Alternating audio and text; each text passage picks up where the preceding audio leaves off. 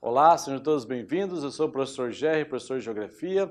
Vamos então na revisão do Enem trabalhar um aspecto econômico importantíssimo hoje no mundo globalizado, que é a atividade industrial. O processo de industrialização, que não acontece com a mesma intensidade, no mesmo tempo em todo lugar do planeta. Ora acontece com mais intensidade em um lugar, ora menos, e o tempo também é muito diferente. Vamos analisar então toda a característica da formação industrial e das suas fases e os fatores locacionais. Vamos lá? Então nós vamos começar de novo por quem? Falar da indústria. É também agora falar da sua parte conceitual, né? Primeiro você tem que lembrar o que é uma indústria. Indústria é igual fábrica, pensa um pouquinho, daqui a pouco a gente responde. Indústria é igual fábrica. Indústria é um processo, tá? Ó, processo de transformação da matéria-prima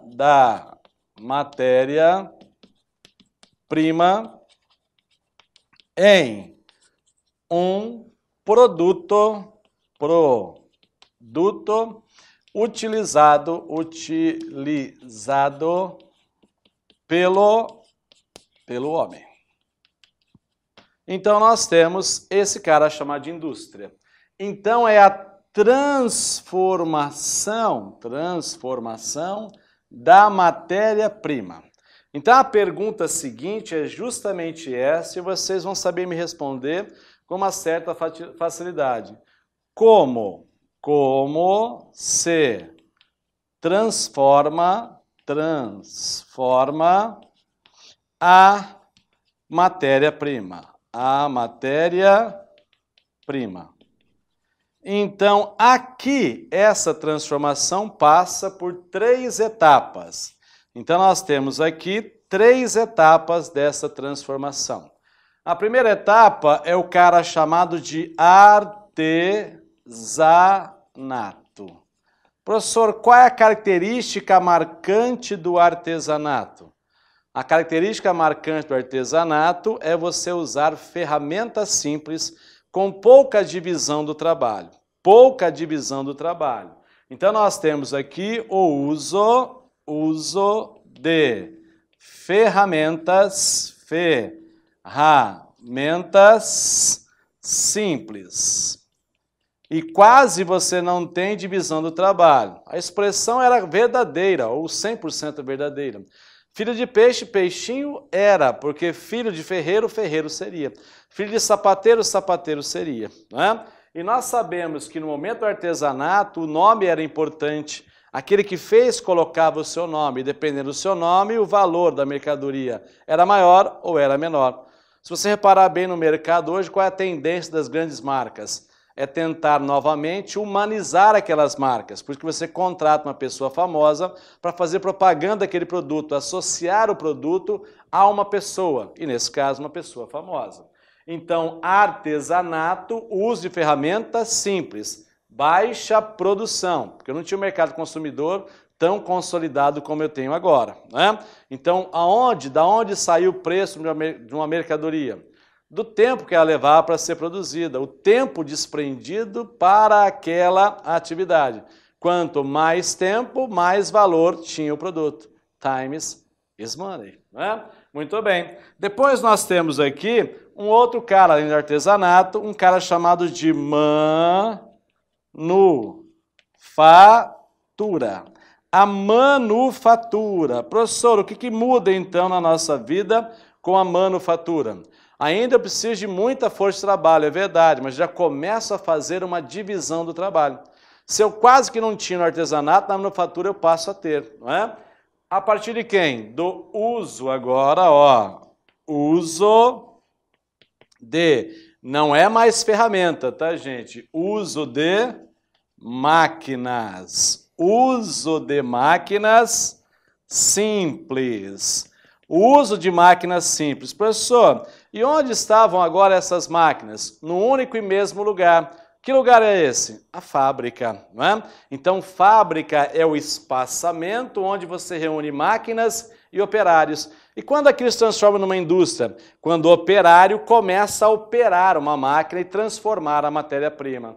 Então, nós temos aqui na manufatura a fábrica, não é? A fábrica. Muito bem. Então, nós começamos agora a reunir os trabalhadores num único e mesmo lugar. Depois nós temos agora um cara chamado de maquinofatura. A maquinofatura. Maquinofatura.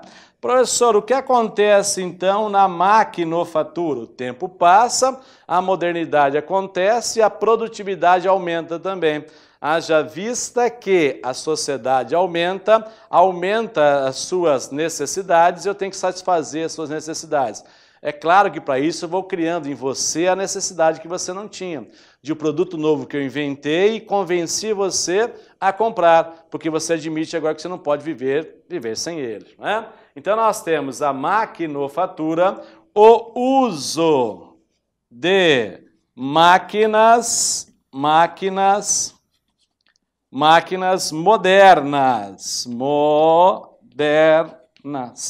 E o uso dessas máquinas modernas possibilitou o quê?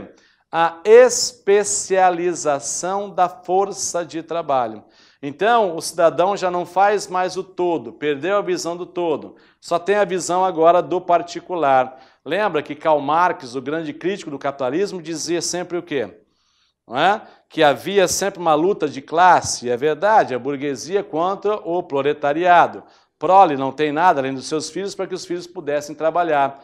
Mas quanto mais eu trabalhava para o burguês, mais longe eu ficava do fruto do meu trabalho, porque aquilo que eu produzia não me pertencia mais. Como se chama esse apartamento, esse afastamento?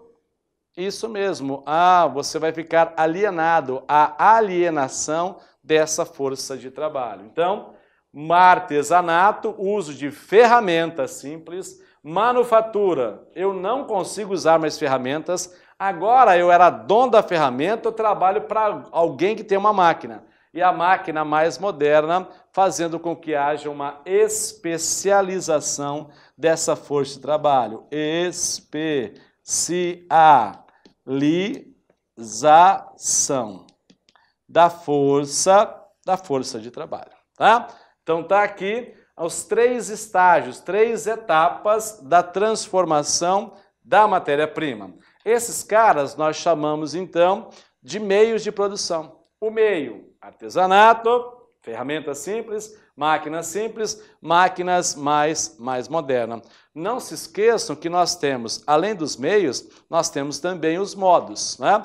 Como é que eu vou usar essas máquinas? Como é que eu vou usar essas ferramentas?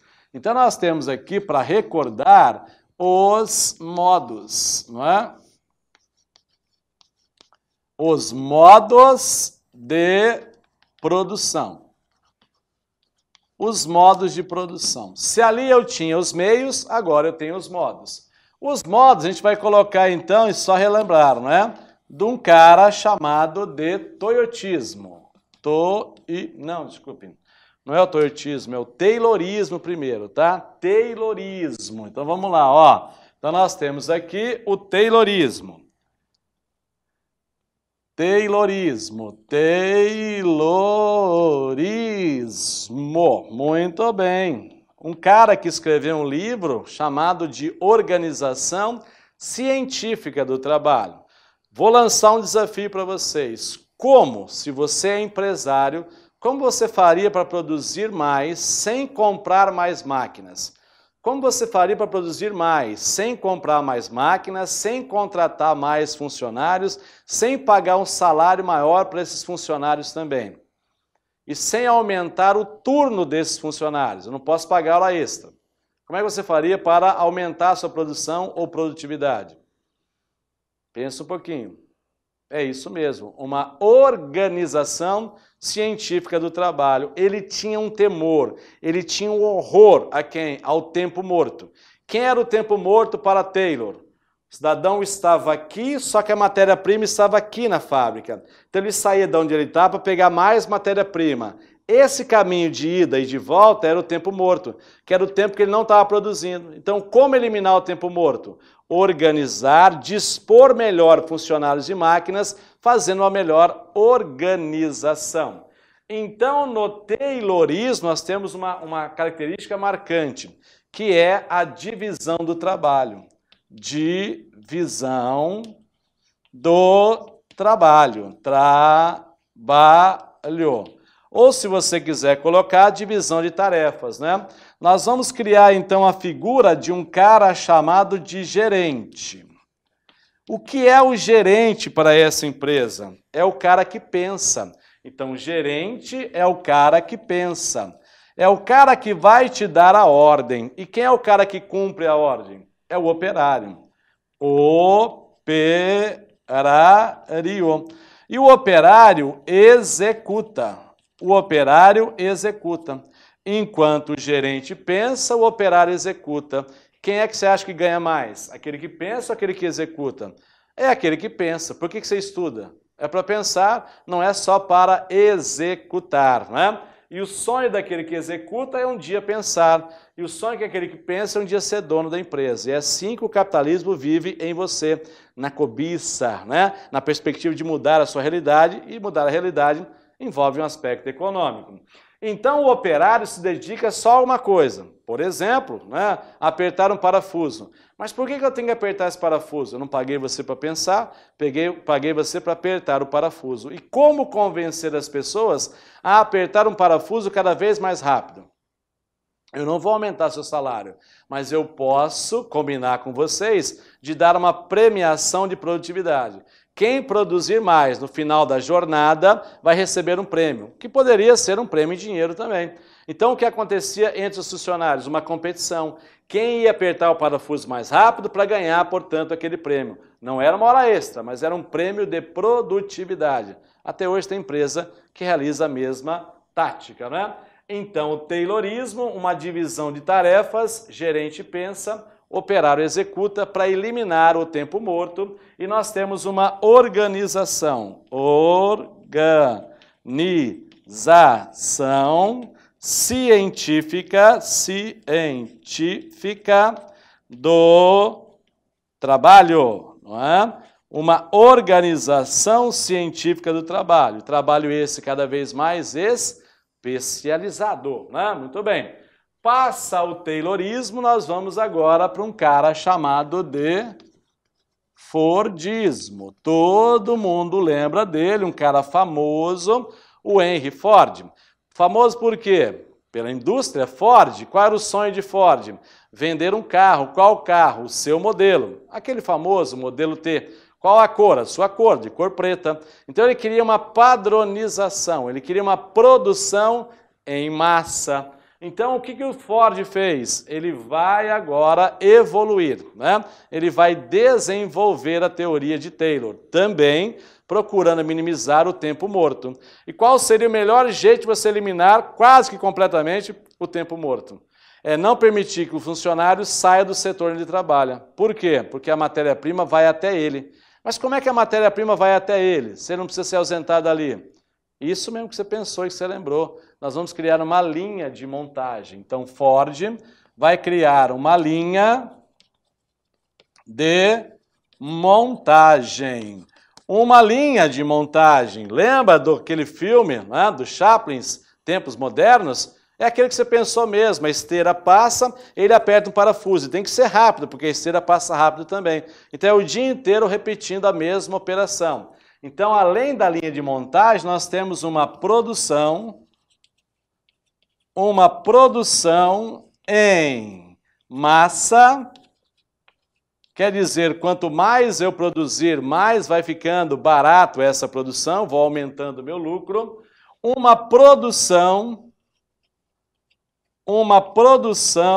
em série. Uma produção em série. O que é uma produção em série? A partir de uma matriz, eu posso fabricar quantos produtos eu queira.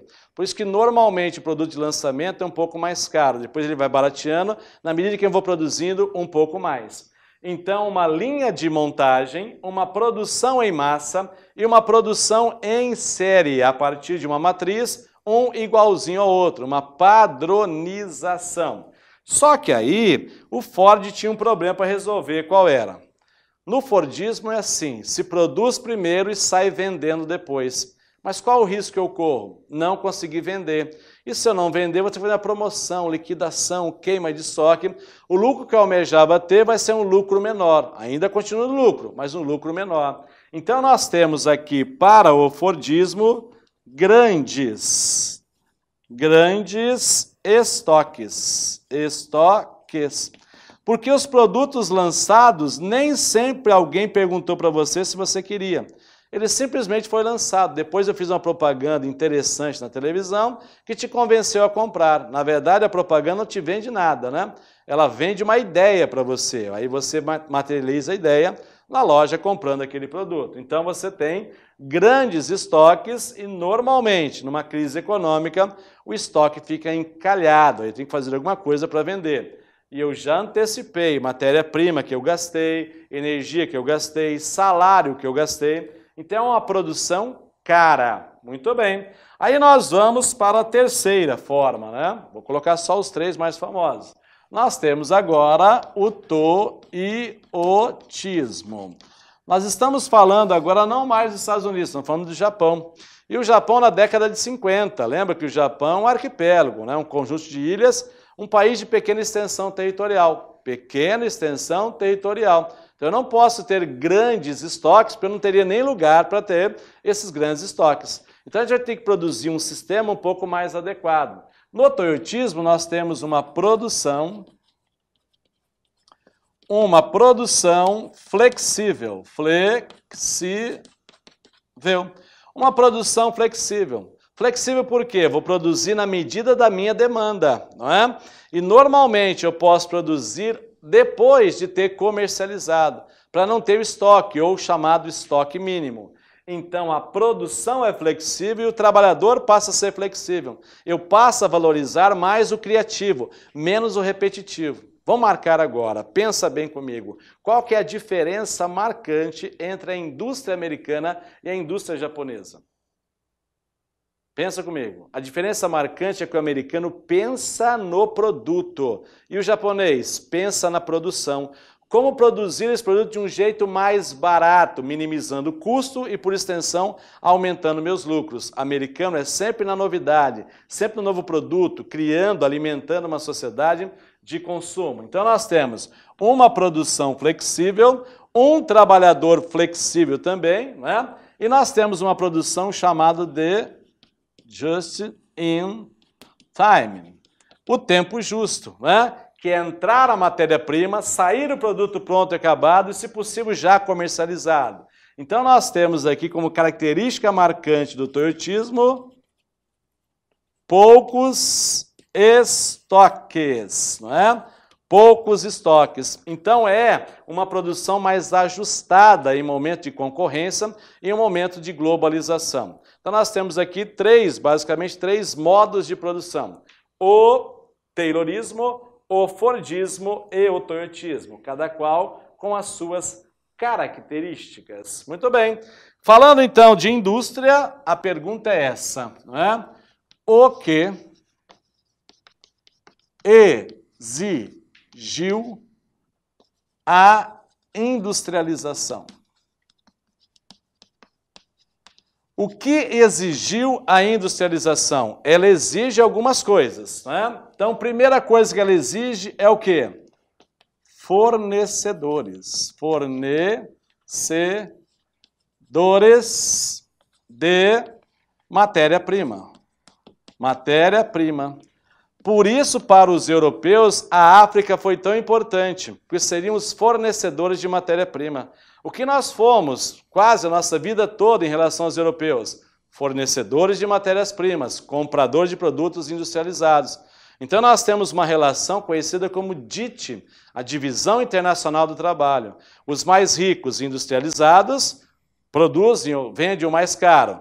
Os subdesenvolvidos, menos industrializados, vendem o mais barato. Uma relação perversa para manter a riqueza de um e a pobreza de muitos, né?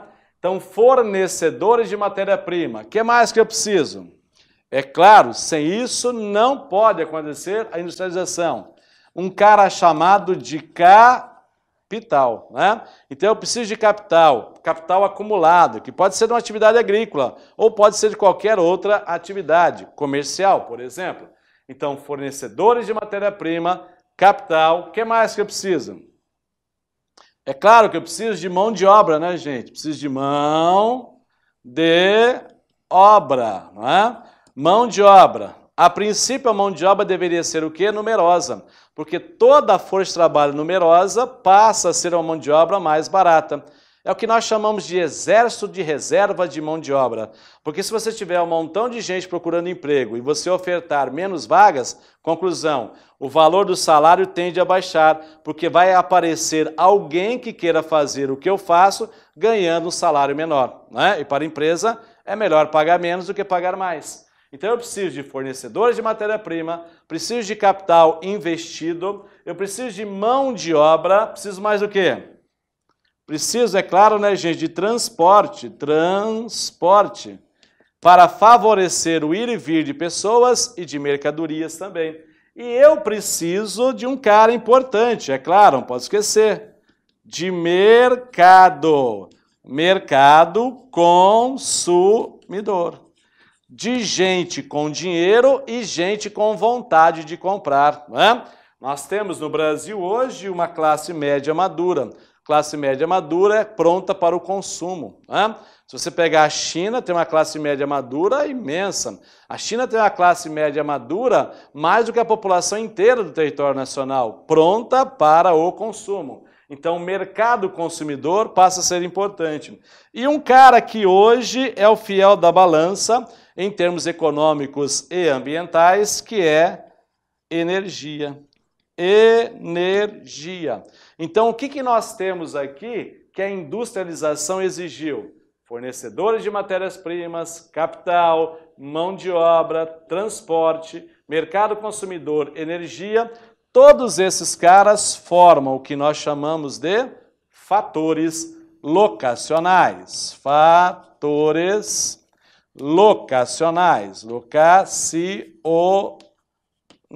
né? Os principais fatores locacionais. Dependendo da localidade, ele oferece mais ou menos benefícios. Se oferecer mais, é para lá que eu vou. Se oferecer menos, é para lá que eu não vou, né? Então, se eu perguntasse para vocês agora, qual é o melhor lugar para instalar uma indústria? Qual é? É o lugar mais barato. Se esse lugar for o Brasil, é para cá que eu venho. Se for a China, é para lá que eu vou. Tá bom, gente? Um abraço, até a próxima.